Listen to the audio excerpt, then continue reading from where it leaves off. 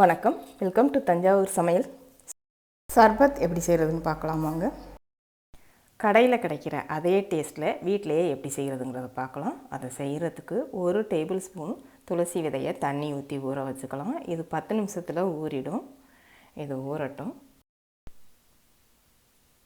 அதுக்கப்புறம் 1 table spoon பாதாம் பிசின் எடுத்து அதையும் ஊற வச்சு எடுத்துக்கலாம். இது ஒரு 4 மணி நேரமாவது ஊறணும். அப்போ தான் இது நல்லா ஊறும்.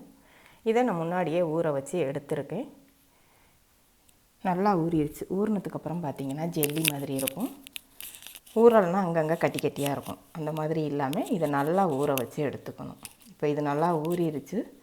இதை இப்போ செய்யலாம். செய்கிறதுக்கு ஒரு கிளாஸில் ஒரு எலுமிச்சம்பழத்தில் பாதி பிழிஞ்சிருக்கேன். இது கூட ஊற வச்ச பாதாம் பிசின் 2 டீஸ்பூன், 3 டீஸ்பூன் துளசி விதை, 3 டீஸ்பூன் பைனாப்பிள் சர்பத். இது கடையில் வாங்கினது.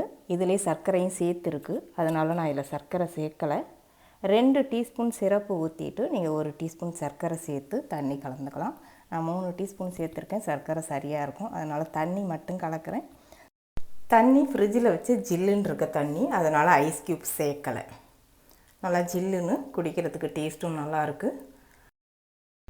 அதே மாதிரி ஒரு எலுமிச்சம்பழத்தில் பாதி ஒரு கிளாஸில் பிழிஞ்சுக்கலாம்.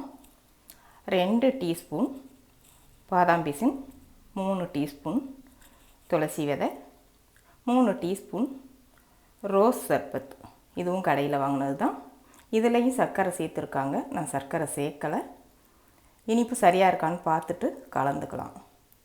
ஐஸ் தண்ணி ஊற்றி இதை நல்லா கலந்தாச்சு. கடையில் கிடைக்கக்கூடிய அதே டேஸ்ட்டில் சர்பத் ரெடி ஆயிடுச்சு.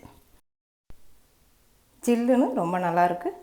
அதுக்கப்புறம் நார்த்தம்பழம் எடுத்திருக்கேன். இப்போ எலுமிச்சம்பழம் பிழிஞ்ச மாதிரியே நார்த்தம்பழத்தையும் பிழிஞ்சு எடுத்துக்கலாம்.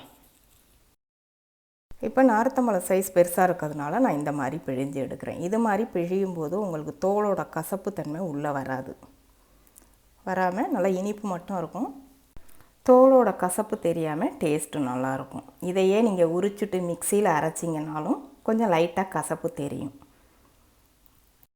இப்போ இதை வச்சு சர்பத் கலக்கலாம். நீங்கள் இதை மட்டுமே வச்சு பாதாம் பிசின், துளசி விதை, சர்க்கரை சேர்த்து கலந்தோன்னா கலர் கொஞ்சம் மாறாமல் வெள்ளையாகவே இருக்கும். அப்படியே குடிக்கலாம். அதுவும் டேஸ்ட்டும் நல்லாயிருக்கும். இப்போ நான் இதை கூட 4 டேபிள் ஸ்பூன் துளசி விதை சேர்த்துருக்கேன்.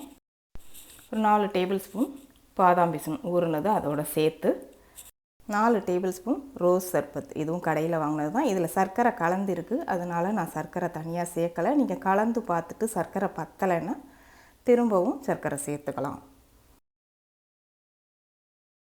இப்போ இது கூட 1 லிட்டர் ஐஸ் தண்ணி இதில் சேர்த்துக்கலாம். ஃப்ரிட்ஜில் வச்ச தண்ணி சேர்த்தாலே நல்லா ஜில்லுன்னு இருக்கும். அதனால் ஐஸ் க்யூப் சேர்க்க தேவையில்லை. உங்களுக்கு வேணும்னா நீங்கள் சேர்த்துக்கலாம். அவ்வளவுதான். நம்ம சுவையான நார்த்தம்பழ சர்பத்தும் ரெடி ஆயிடுச்சு. செஞ்சு பாருங்கள். வீடியோ பிடிச்சிருந்தா வீடியோ ஷேர் பண்ணுங்கள். தஞ்சாவூர் சமையலுக்கு சப்ஸ்கிரைப் பண்ணுங்கள். தேங்க்யூ.